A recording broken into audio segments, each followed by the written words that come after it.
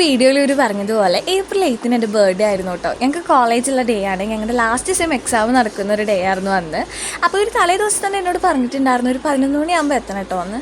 അപ്പോൾ അവർ നൈസായിട്ടാണ് പറഞ്ഞത്, പക്ഷേ എനിക്ക് മനസ്സിലായില്ലെന്നാണ് കരുതിയിട്ടുണ്ടാവുക. എനിക്കെന്തായാലും മനസ്സിലായി. ലാസ്റ്റ് രാവിലെ വിളിച്ച് ഞാൻ ഒരു 11 മണിയാകുമ്പോൾ എത്തി. ഞങ്ങൾക്ക് ആഫ്റ്റർനൂണാണ് എക്സാം. അപ്പോൾ ഞാൻ വരുമ്പോൾ തന്നെയാണ് ഇവരൊരു മണ്ടത്തരം ചെയ്തത്. ഞാൻ വരുന്ന ടൈമിലാണ് ഇവർ കേക്കിൻ്റെ കവർ മാറ്റി വെച്ചത്. അപ്പോൾ എനിക്ക് മനസ്സിലായി ഓൾറെഡി കേക്ക് ഉണ്ടെന്ന്. പക്ഷെ എന്നാലും ഞാൻ സർപ്രൈസ്ഡ് ആയി. കാരണം കേക്കും അതിനുള്ള 2 ഗിഫ്റ്റ് ഫ്രെയിംസും ഉണ്ടായിരുന്നു.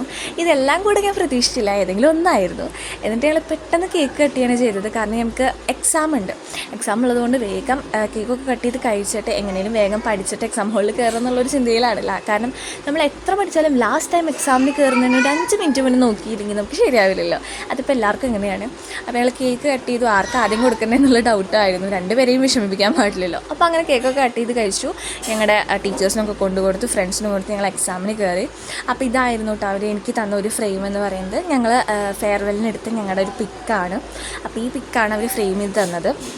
അവരുടെ വേറെ കുറേ പ്ലാൻസ് ഉണ്ടായിരുന്നു, അതൊക്കെ പൊളിഞ്ഞെന്നൊക്കെ അവർ പറഞ്ഞു. പിന്നെ ഈ ഒരു എൻ്റെ ഒരു ഒറ്റയ്ക്കുള്ള എൻ്റെ ഡാൻസിൻ്റെ ഒരു പിക്കാണ് പിന്നെ അവർ ഫ്രെയിം ചെയ്ത് തന്നിട്ടുണ്ടായിരുന്നത്.